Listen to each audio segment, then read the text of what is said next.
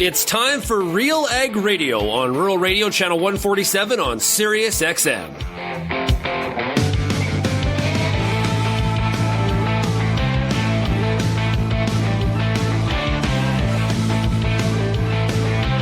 RealAg Radio and RealAgriculture.com is your home for insight and analysis of the issues that are impacting your farm business. Let's get real and get connected with RealAg Radio.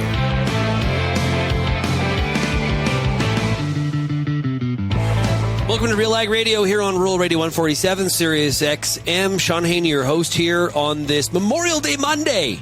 Yes, it's a long weekend for our audience south of the border in the United States. Canada, we got our Monday holiday last week. And I know for many of you, May long weekend is, to be honest, is one of those weekends where we can be pretty busy on the farm and the ranch. So hopefully you're able to take some time, whether it was last Monday for the Canadians or today for our American listeners. It's grilling season. We heard about this on the Beef Market Update on Friday's show. It's I love barbecue season. I'll barbecue year round. Will you grill year round? Is that something you'll do? Because I why not? Like I don't care if there's like 2 feet of snow on the ground. Why are you prevented from barbecuing when there's that much snow on the ground in the middle of winter? Absolutely not. You should be barbecuing year round. If you have any feedback on today's show, send me an email, shaney@realagriculture.com. Of course, you can also find us across all the different social media platforms, YouTube, Twitter, Facebook, Instagram, or TikTok for Real Agriculture, or call the RealAg feedback line, 855-776-6147. Today on the show, we're going to have Agronomic Monday. We're going to cover the full gamut. We're going to hear from Jason Vogt, Field to Field Agronomy out of Manitoba, talking about nodes per acre when it comes to soybeans. We're going to hear from Sean McKnight from BSF, talking about early weed scouting, critical. We're at that time, and we may have some overlap here. Early seeded fields. We're still trying to, finish planting or seeding, and we got to get out there and do multiple things at once.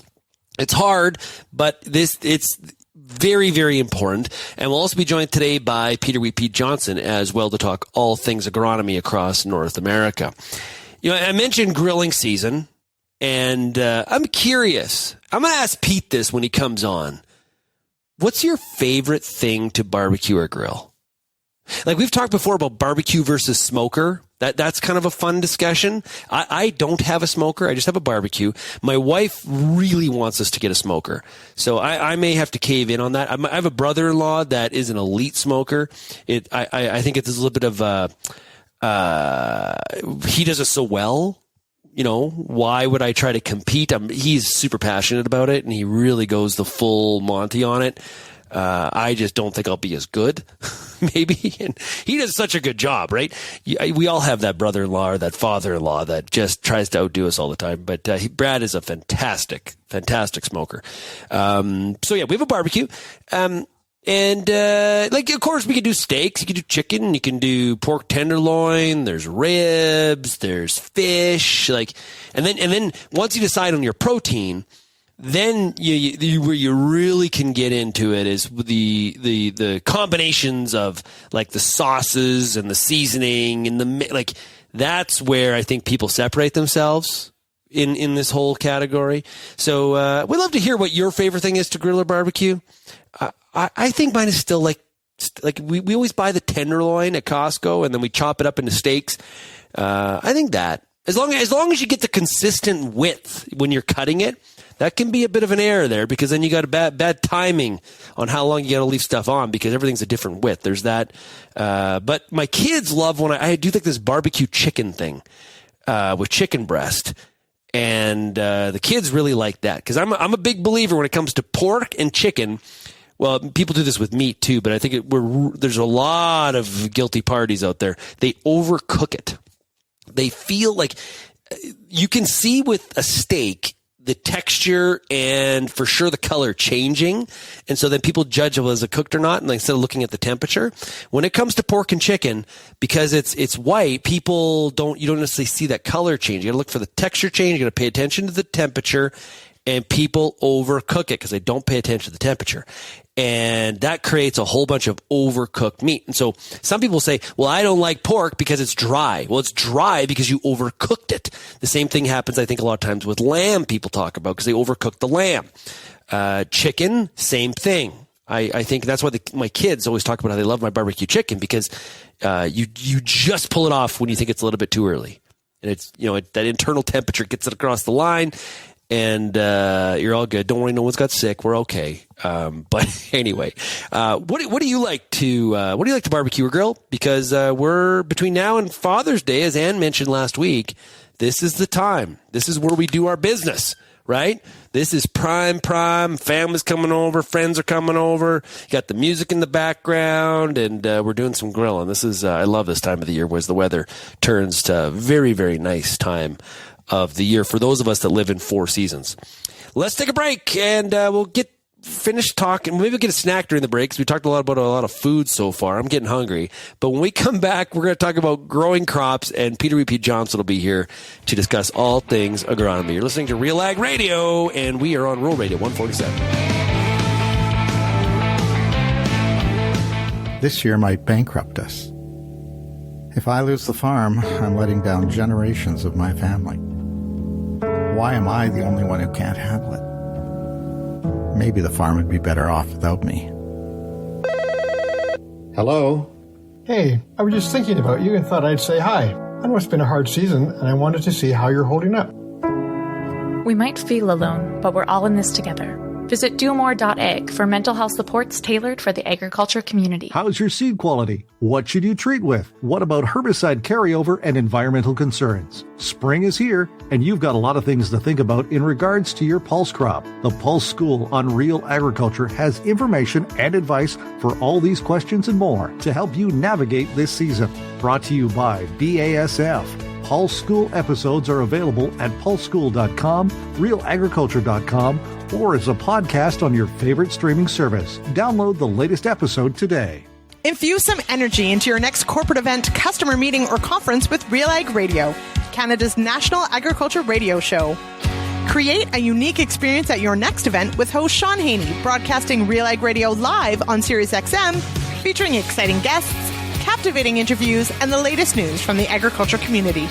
Contact advertising at realagriculture.com or call 587-787-1795 to book your on location with RealAg Radio today. And welcome back to RealAg Radio here on this Memorial Day weekend Monday. This segment's brought to you by Granny Bor from US Borax. Ask for it by name. Go to borax.com. Okay, let's bring him in. It is Peter Wheat Johnson here on Agronomic Monday. Hey, Pete, how are you doing? Sean, how could you be anything but amazing? It's warm, it's gorgeous sunshine. The haze from the smoke is a lot less. It's basically gone, although I'm not sure it's totally gone, but it's way better. The crops are pretty much planted, not the edible beans, but I don't know, like it's a glorious day in Ontario, and Pete is happy. Well, that's good. When Pete's happy, I'm happy. I think it's good for all of us. It's good for all of us that Peter Johnson's happy. Now, Pete, we've had 2 long weekends here in a row, one in Canada, one in the U.S., and of course that's like big time grilling season. What's your favorite thing to put on the grill? Do you have a go-to? Oh, sure. So I love spare ribs. Oh. But, oh yeah, like that. I also love steak. So it's pretty, if you have a nice T-bone or prime rib steak done perfectly, it's pretty hard to beat. In fact, we got to visit with my son in Toronto. We went down, spent the weekend in Toronto with him Saturday night, and he cooked rib steak for us, and oh my gosh, Sean, that's tough to beat. But spare ribs, yeah, they're probably my favorite. It's just one of those things, right? Okay, so you're at his house. He's got the grill fired up. You're probably having a nice glass of wine or maybe a cold beer, and you're chit chatting beside the grill. It's like something out of a commercial. Do you park, like, you've spent your life helping people, right? Like, okay, what if you did this? What if you did that? From an agronomic standpoint, are you that guy beside the grill where you're like, maybe you should turn those? What's the temperature of, or are you just sort of a nice little bystander? So, Sean, I am bad for taking over. No, wow. We're really?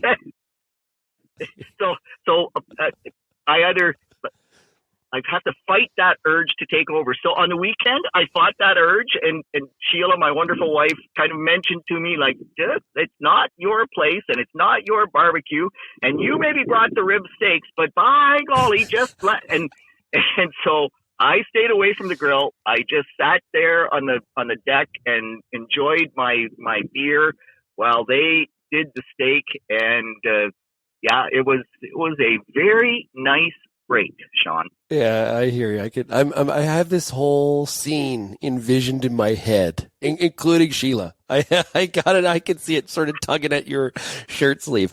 Okay, Pete. Let's look at what's going on out there in the fields. We are final days here of May. Really kind of the last of it. I'm hearing a lot of people talk about how dry it is in southwestern Ontario. I guess give us the context of that. Are we like dry, or are we just like it's dry? We could use some rain. So we are dry. The driest May. I've had farmers tweet me. I've had farmers send me emails, and assuming that there is no more rain in May and there is no forecast in the rain in May, it's going to be the driest May in probably 50 years or longer. A lot of areas less than 1 inch of rain total, and we normally get close to 3. So from a getting work done standpoint, that's not all bad. But now you think about my beautiful winter wheat crop. And so it's a bit ahead of schedule. The deep southwest is hard into the T3, the fusarium fungicide timing. So that wheat crop has pumped water like crazy.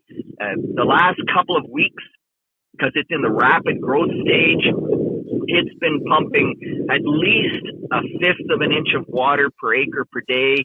If it was warmer, it might be as much as a 1/3 of an inch of water per acre per day. And we've had some struggles with some symptoms in the wheat crop, and we're going out there. So Greg Stewart went out for me. He's now into wheat. If you can imagine, corn Greg is now into wheat because with his biological job, wheat becomes a crop he has to care about. He went and took some nitrate samples. Now, for those of the people that don't know Greg or me, I'm a fairly small guy, slender. I probably weigh 170 pounds max. Greg is 6'4" and strong, strong like ox.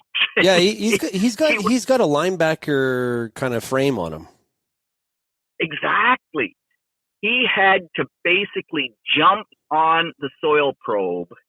Ooh. I could only get it about 6 inches. He had to jump on the soil probe to get 12 inches deep. That's how deep we pull nitrate samples here in Ontario. And it was dry to the bottom of that 12-inch sample. That's extremely rare for Ontario. Now, it doesn't matter to the corn and soybeans, Sean. Don't get bent out of shape about corn and soybeans. They're just planted. They're just coming up. They've done nothing. They've used no moisture. And evaporation, you lose some moisture through evaporation, but it's nothing compared to that 1/4 of an inch. Let's call it 1/4 of an inch a day that you lose through evapotranspiration with a rapidly growing wheat crop. And so corn and soybeans don't care, but wheat and alfalfa hay and any of the winter crops or winter annual crops, man, it is dry. And a lot of people are starting to think that we're limiting wheat yield because it's this dry already. Now, in Western Canada, like I think one of the differences here too is like if you're where I am in Lethbridge, okay, we're in the Palliser Triangle. We almost plan for drought, and then if it rains, then we shift the strategy, right? in this case, you're not planning for drought. And so when there is a little bit more of a drier bias showcasing itself, it really, the impact shows itself even more, right? Is that, do you see what I mean there? Do you follow me? Yeah, 100%. And I think, Sean, you're right. Like in Lethbridge, if you're planning for a drought and you're planting corn, you're going to pull your population back to, maybe 24,000 or something like that plants per acre, because moisture is the limiting factor here. And we're gunning for 300 bushel per acre. I have a client, he dropped 37,000 seeds per acre. In some of his fields, he's got like a 36,500 stand right now. He runs out of moisture. Boy, that's too many plants. It's actually going to hurt him, not help him. So we plan for water. We typically get water. The wheat crop, we keep it thick. We want it to be going strong. And it's so dry in the wheat crop that I've actually had growers emailing me and agronomists emailing me saying, Peter, do we even put the T3 fungicide on? It's so dry, there won't be any disease whatsoever. And does it make any sense? We've got the added nitrogen. You always talk about this nitrogen by fungicide synergy, but is this the year we just drop the fungicide because it doesn't have the yield potential? And I'm going like, oh my gosh, don't give up so easy. And there's some other things too there, Sean, like stay green is important. Don't forget about the impact of stay green and having green leaves through grain fill, and the fungicide is going to do that for you. And so there's still awesome reasons and great research to say that you still need to, or that fungicide still likely has huge benefit. But yeah, that's how dry it is here in southwestern Ontario. Now, like last week, we saw the corn market kind of show some life. People talking about a bit of a weather market there. And there's this phrase that, I'll be honest, I haven't heard. I've heard of flash flood. I have not heard of flash drought. What is this from an agronomic perspective? So I had never heard of a flash drought either. Oh, okay, good. I'm not the crazy one then. Okay, good. Okay. Like our weather people are, I think, finally starting to realize they can have some fun with terminology. We get these. Right now, the atmospheric rivers. Yes, and so now we have an atmospheric block over southwestern Ontario, and that's why we're dry. So we've got a block and a flash drought through Nebraska, Iowa, and northern Illinois. And when you say drought in Iowa, oh my gosh, corn just like that changes the game. Now, just back up 2 steps though, because the corn crop in Iowa is like the corn crop in Ontario. It might be a bit ahead, but it hasn't used a lot of moisture. And so it being super dry in Iowa right now isn't ideal. But as long as they get moisture later on, they're probably okay. The challenge is that with corn, that they really, it makes a very big difference whether they get an average crop, an above average crop, or a below average crop to where they end up with final supply.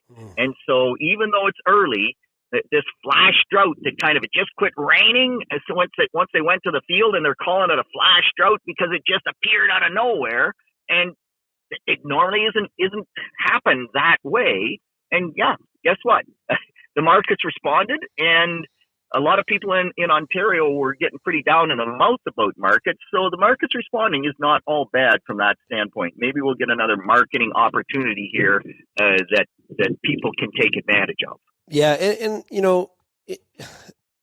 there's regions all over kind of, as I do the Farmer Rapid Fire every week, I'm always reminded it's difficult to keep it all straight in terms of who's in good shape, who's okay, and who is in a real bad situation. And, I had reached out to one farmer last week to be on the Farmer Rapid Fire. He's around the Edmonton area, and there's like this hole, right, where it's last week it rained all around that area, and he's in this hole where they got nothing. And I think he had said they've had 10 millimeters since the beginning of April. And there's another example similar to your situation in southwestern Ontario. You're loaded up in an area like that. Like it typically rains around that Edmonton area, right? And boy, He was down in the mouth. He was just like, he's like, you know what? To be honest with you, I'm going to have nothing good to say. And I don't think some of the language I would use would be very, very good on Rural Radio 147. So it's and then you've got in southern Alberta, we've been writing about this on RealAgriculture.com.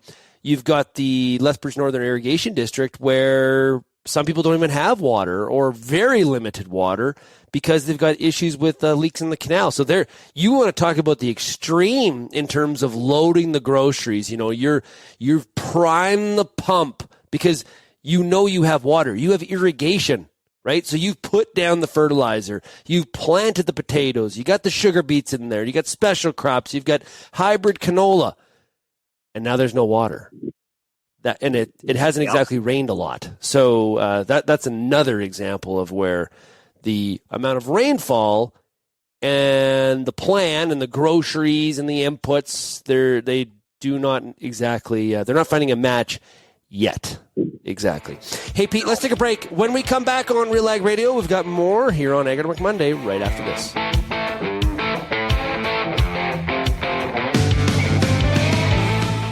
Did you know that Pioneer now has a full lineup of Enlist E3 soybeans? Take a look at Pioneer brand Enlist E3 soybeans for the highest yield potential and for the best agronomic package and herbicide trait options. From the lab to the field, Pioneer brand Enlist E3 soybeans are the best in beans, period. Ask your local Pioneer representative about Enlist E3 beans. As you head out into the field this season, the Corn School's got you covered. Everything from tillage discussions, weed control info, field trial results, yield strategies, and more. The Corn School on RealAgriculture.com has the information and advice you need to help you succeed. Brought to you by Pride Seeds and BASF. Corn School episodes are available at cornschool.com, from RealAgriculture.com, or as a podcast from your favorite streaming service. Download the latest episode today. Want to get the best out of your soybean crops? Whether you've been growing them for a generation or are just starting into soybeans, find what you need to know at soybeanschool.com. You'll see videos on growing tips, pest control, and much more from specialists across the region, all in one place. Easy for you to access from your desktop, tablet, or mobile phone. Maximize your yields by staying up to date with the Soybean School, presented by BASF, Pride Seeds, and Syngenta Canada.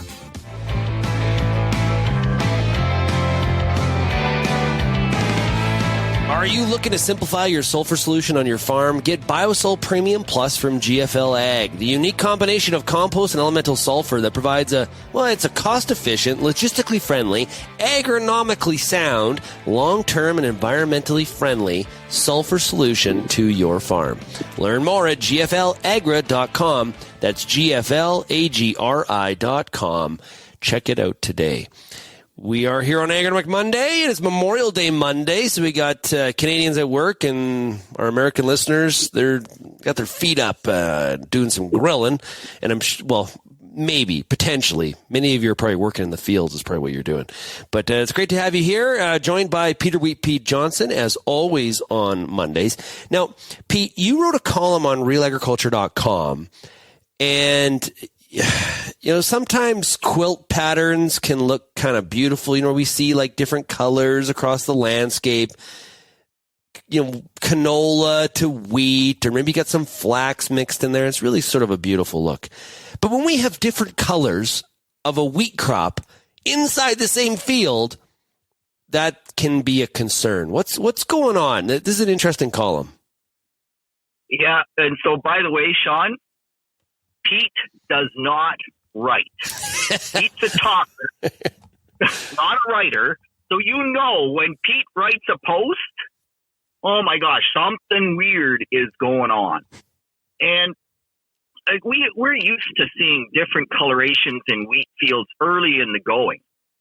But to have every color of green imaginable, from almost yellow, like almost pure yellow, to dark green, almost black green, in the same field or, in neighboring fields. And it's not patterns sometimes that make any sense. And you're just going, what is going on? And everybody last week was just crazy for it. The week before, it really started to manifest itself. And people just kept coming. What is going on in the wheat crop? What is going on in the wheat crop? And it took me quite a while, Sean, to figure it out, because we had applied enough nitrogen, we had applied enough sulfur, and yet we're still seeing patterns in the field, and it looks like sulfur deficiency. It looks like nitrogen deficiency. We got some tissue tests in.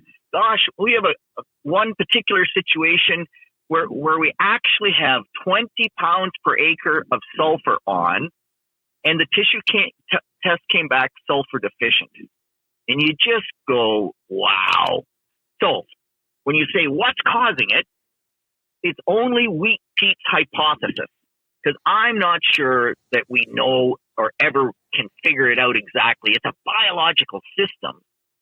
But man, there's a few real interesting hints that helped bring me to the conclusion. So first off, dry fertilizer, where we applied urea and dry ammonium sulfate, it seemed to be worse than where we used liquid fertilizer, UAN 28 or 32%, and ammonium thiosulfate. And you kind of go, well, all that stuff was put on the 12th of April, the 13th of April, the 15th of April.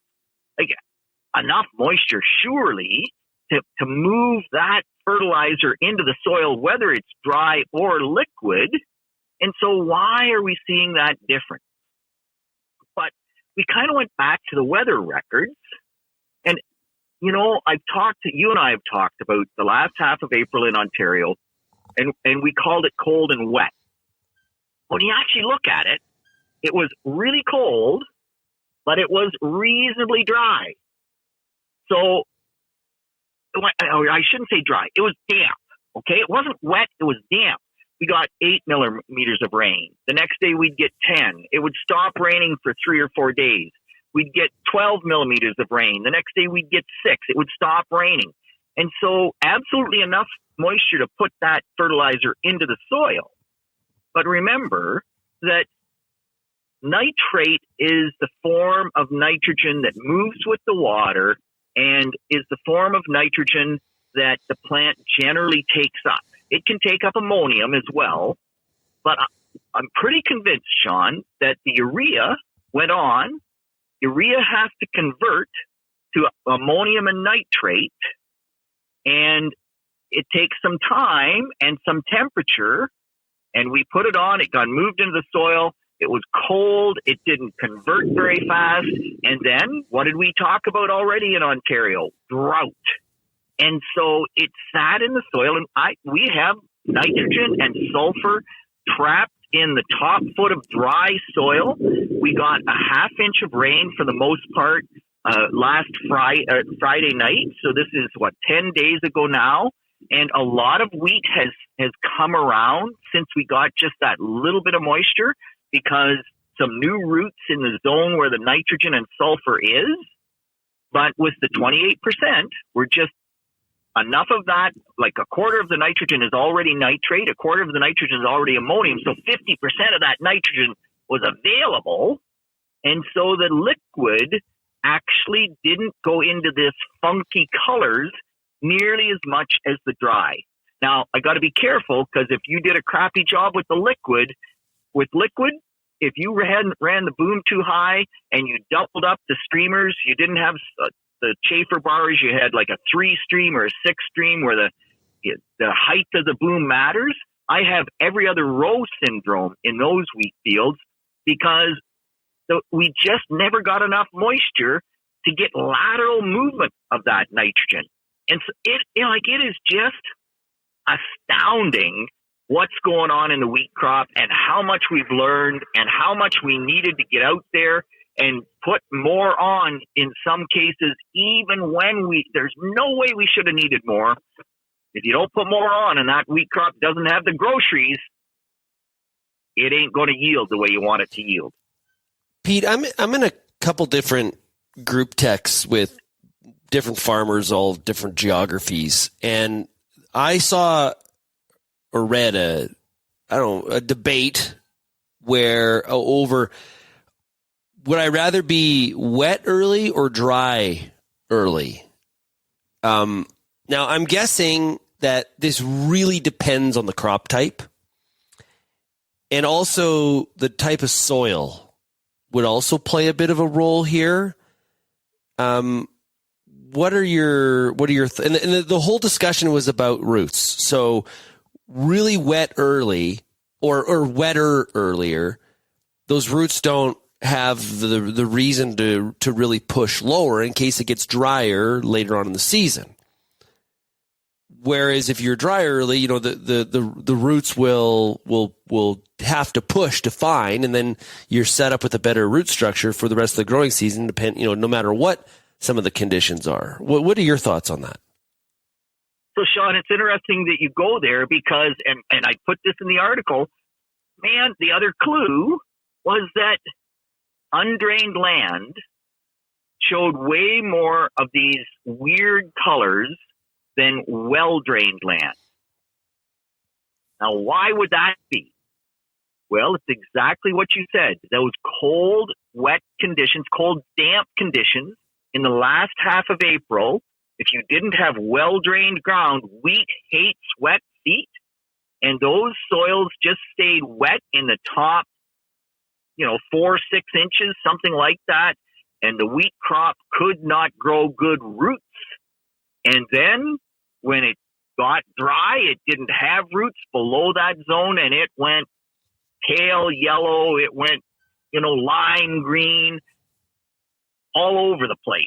Whereas the really well-drained ground, and actually had a great example of this, one of the growers that I work with happened to have wheat on a farm, 10 acres in one corner of a 100-acre farm that was systematically tiled years ago, only at 50-foot centers, so not close together. The rest of the field random tiled. The 10 acres that was systematically tiled was all reasonably dark green, uniform. It wasn't perfect, but it was nearly perfect. The rest of that farm, it was just ugly. So when you ask me which way do I want to go, I want dry early because my roots go deep. And that's why tile drainage makes such a difference here in Ontario, because then we have dry soil early. The roots can go deep. When it gets dry, the roots are where the water is. And time after time after time, we see that you would think, tile drained ground, you took all that moisture away. Gosh, in a drought, it'll yield less. Never happens. It always yields more because you have that better root system. What's the range? Like on a crop like wheat, whether you're in Ontario or you're in Saskatchewan, what's the range of the depth of the root zone that a wheat crop will put up? So we typically think that, wheat is not a really deep-rooted crop, that it probably only goes 4 feet. Corn goes 5 feet. Sunflowers go 6 feet. Soybeans only go 3 feet. Edible beans, I don't know if they even go 2 feet. But what's like that's sort of the root depth mantra. Sean, I've done some digging, and you just find yourselves in these situations. I was at a field day once, and it had really good wheat, and we tracked wheat roots down. Now it was a sandier soil, so we didn't run into a compacted zone, and it was a very highly productive soil without a lot of soil impediments as you went down the profile. But there were wheat roots at 10 feet deep. Wow. So, yeah, no kidding, eh? It's like, wow, no wonder wheat plugs tile. Holy snapping. But typically 4 feet for wheat is kind of what we think. Are there ways for us to, and you mentioned biologicals earlier. I think there's a lot of companies working on this, but are there, besides the level of moisture, are there other things that I can do to enhance that root zone? Like, is there tips and tricks or easy solutions here? So I wouldn't say there's easy solutions, Sean, but there are some tips and tricks.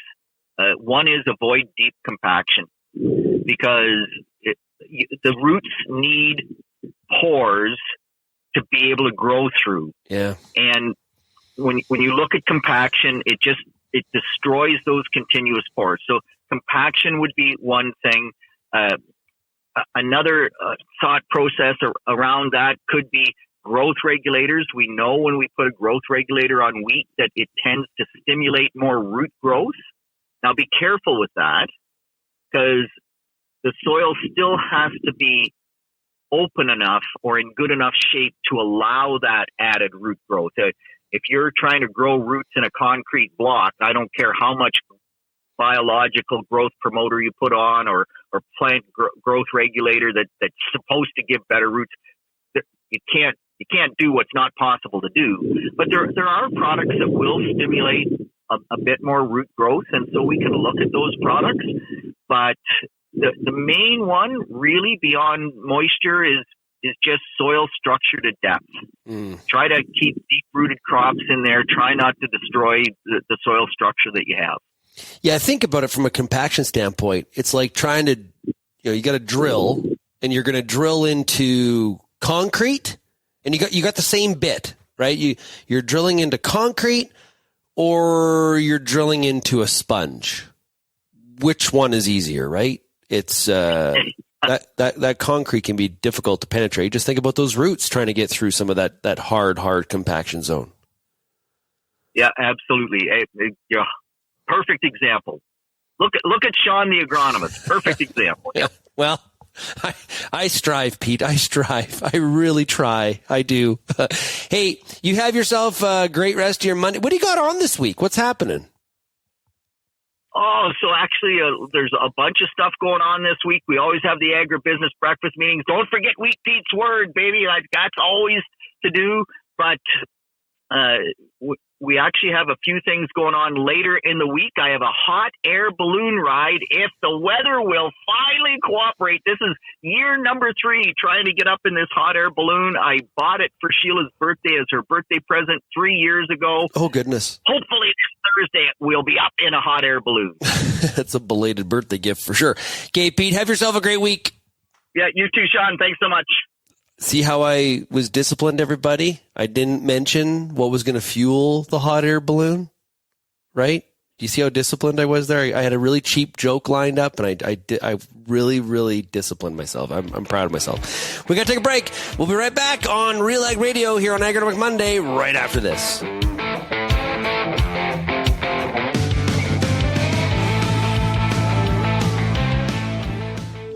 If you're involved in the agriculture industry, it's important to stay informed on all the latest issues affecting your business. At RealAgriculture.com, we offer fast, reliable news, information, and insights to help you keep on top of all of the latest in Canadian agriculture. Visit RealAgriculture.com and sign up for our free daily newsletter covering everything from news, agronomy, animal agriculture, and much more. Visit RealAgriculture.com/subscribe today.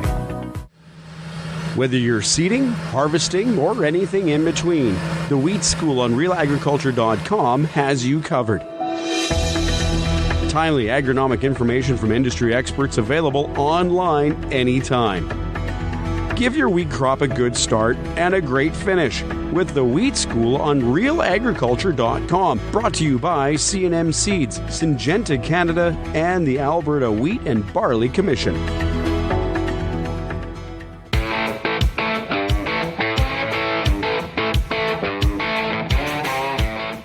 Welcome back to RealAg Radio here on this Monday. Agronomics, we got it all covered here for you. I want to make sure that I tell you about the soybean school. It is sponsored by Pride Seeds, BSF Canada, as well as Syngenta Canada. Go to soybeanschool.com. I don't care if you're growing soybeans in Western Canada, Eastern Canada, or in the U.S. We've got content for you when it comes to growing that top-end soybean crop. And the best part is, information when you need it. It's on demand, right? So you go to our YouTube channel for Real Agriculture, or you go to soybeanschool.com and you can see the entire feed of all the episodes, not only for this season, but also prior ones as well.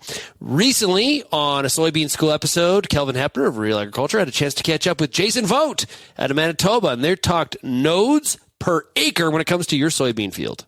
Pleased to be joined once again on the Soybean School by Jason Vogt of Field to Field Agronomy. And Jason, we hear this concept, especially from Ontario. Horst Bonner, who we have on the Soybean School, frequently talks about this concept of nodes per acre in soybeans. And ultimately, it comes down to that defining our yield potential. How do we work that concept back to making decisions around planting and populations, depth, all those types of decisions? Yeah, exactly. So it definitely starts before getting those the end results. So I mentioned before that, for example, if a grower is trying to achieve 150,000 plants per acre, which is kind of the rule of thumb from the pulse growers, that will require about 13 nodes per plant if you wanted to achieve 2 million nodes per acre. So where it starts is back to things like getting that soybean growing earlier. So hence, the movement to looking at putting soys in the ground before canola, and then getting them up out and established quickly too. So the other part of it, though, is getting them growing in that, not just the planting date, but also the planting depth. So there's been a lot of work done in Ontario, and then their data mirrors exactly what Kristen McMillan has done at the University of Manitoba, where once we get below that 1.5 or even 1.75 inch depth, we start losing yield. So we want to be in that inch to 1.5 inches is kind of that sweet spot to get our plants up and running. The big part of that is the soybean, even though the soybean size maybe doesn't look that big, it requires about 10 times its weight in water to get it imbibed and to get the chemical processes going for germination. So with that, we want to make sure it's in the right depth, but not too deep. Yeah. You mentioned 150,000 plants per acre. I guess we have to also assume some mortality, percentage of mortality, and some of that might depend on our seeding method or type of equipment that we use as well. Yep, exactly. So the rule of thumb is, when we're putting soybeans in narrow rows through an air drill type of system, we're going to see more mortality than we are through a planter. And so with that, if you are trying to, the same end goal though is there, so we want to be in and around that 150,000 plants final stand, and that's regardless. But we know that we're going to have higher mortality with a drill, so that's where maybe those seed drop scenarios there are still in that 190 to possibly up to 200,000 plants, depending on the drill, versus in a planter, and depending on the row spacing, we're probably dropping in that 160 to 170. Yeah, okay. Are there any other steps along the way that lead to improving that node number where we flip into reproductive mode from vegetative mode? I think a lot of it just comes back to other good management practices with growing soybeans. They're not a competitive crop, just like corn and like many other pulse crops, so we want to get them weed-free early. So looking at pre-emerges, for example, to help with early weed removal, and I think it's Clarence Swanton from University of Guelph that had that research that showed that soybean seed or plant can actually detect competition above ground. So that's brings big light to the fact that pre-emerges are very important, and keeping it weed-free right through that critical weed-free period, and then fertility too. Making sure that everything is there, inoculant, proper nodulation, all of that is there as well. The 2023 BIF Research Symposium and Convention will be held in Calgary, Alberta, July 3rd through the 6th, featuring educational programming and networking opportunities with leaders within the industry. The technical breakout sessions will focus on a wide range of beef production and genetic improvement topics. To see a schedule and for registration information, you can visit beefimprovement.org/symposium. Let's take a break. We've got more coming up here on RealAg Radio on Agronomic Monday, here on Memorial Day Monday, right after this.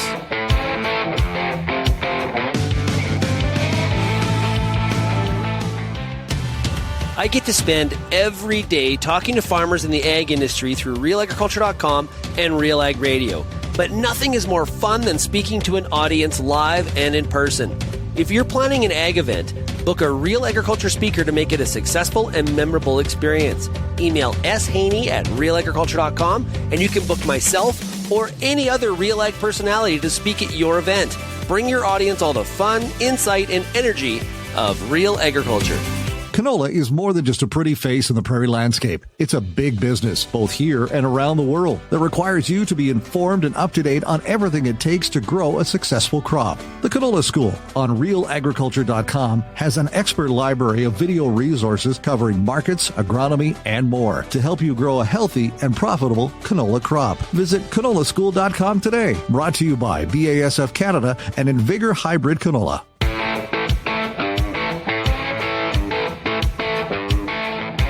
As we have seeding and planting, kind of getting to the back end for a good part of Canada, we transition here very quickly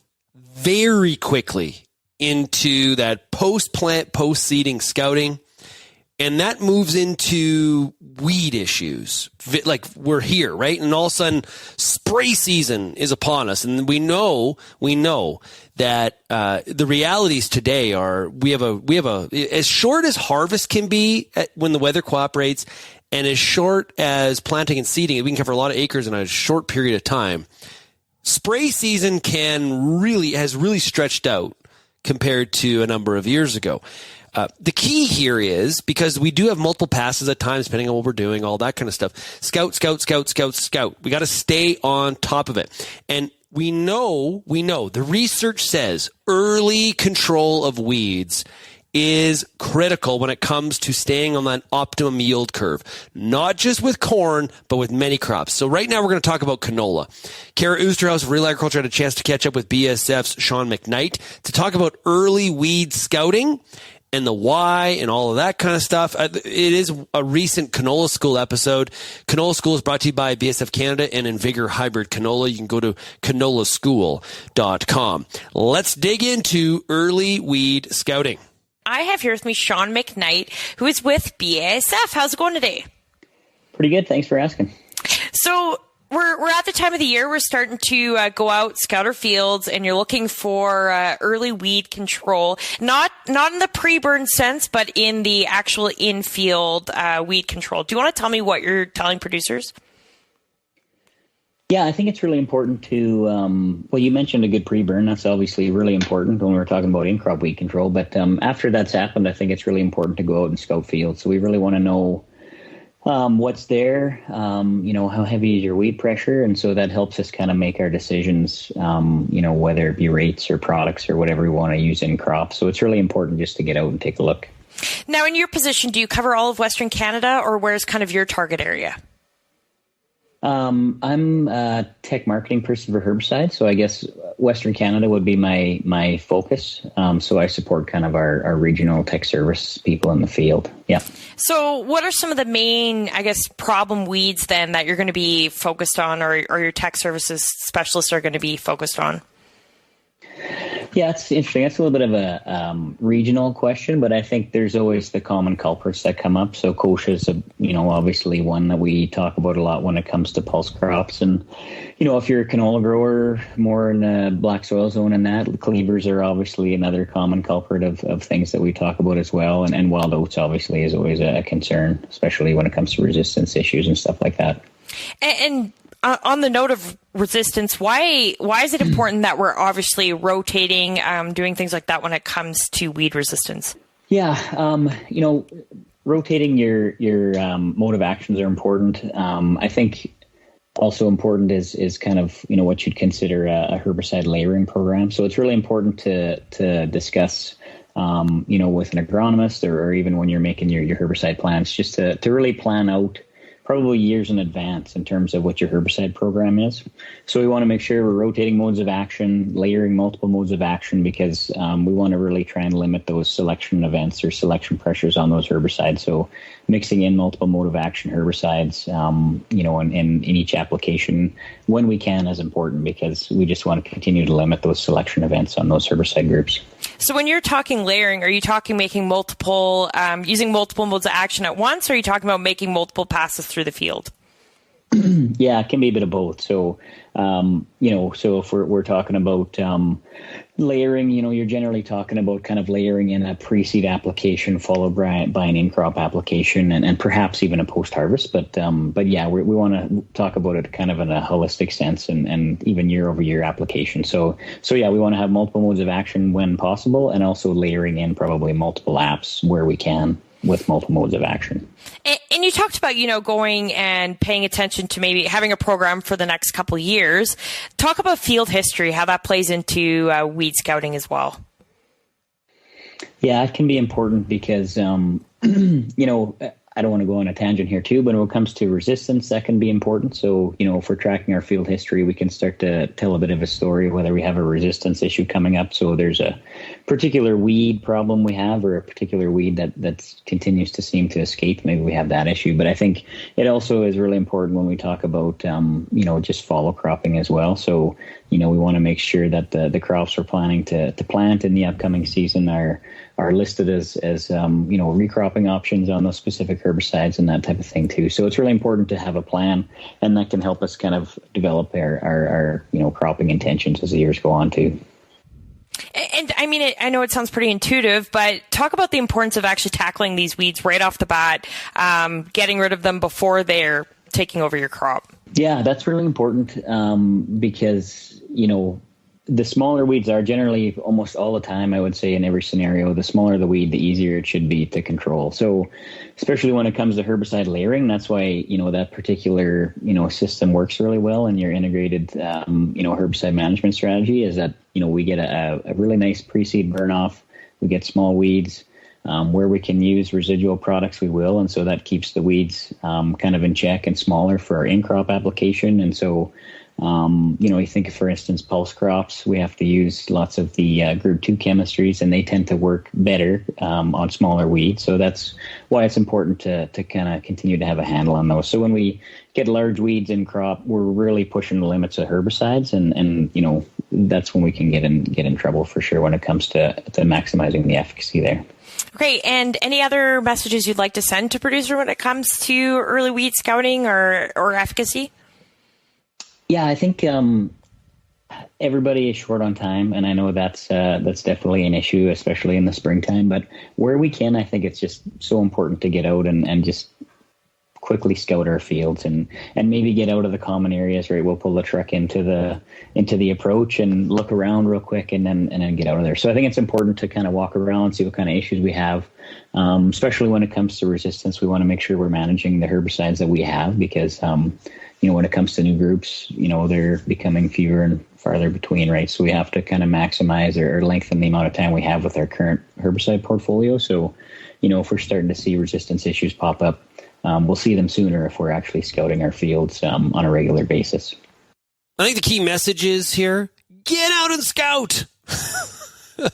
Do you want it? You want the Coles Notes version? Get out there and scout. Yes, please. Okay. And listen, if you don't feel that you have the capacity to get out to see all of these fields on a timely basis because you got a lot of stuff happening, totally understandable. But don't cut that corner. That maybe is a bit of a signal that it wouldn't be a bad idea to, talk to your local retailers, see if they offer some scouting services, right? To stay on top of this. It doesn't need to be maybe it's like ad hoc. It's not all the fields. It's not for the entire growing season. It's like, hey, I need some help the next 2 weeks. I'm a one-man band. I'm farming by myself. It's me and my husband, or me and my brother, me and my wife, me and mom, or me and dad. Like we can't get to all of it at once. This is when you reach out and you try to get somebody to help you as a consultant to try to backfill some of that, because you can't miss out. Otherwise, you're going to pay for it. You're going to pay for it some way or the other, directly or indirectly at the back end of the growing season. If you have any feedback on today's show, we'd love to hear from you. Send me an email, shaney@realagriculture.com, or call that Real Ag feedback line, 855-776-6147. Thanks, everybody, for getting real and getting connected with Real Ag Radio. Chat again tomorrow. Cheers, everybody.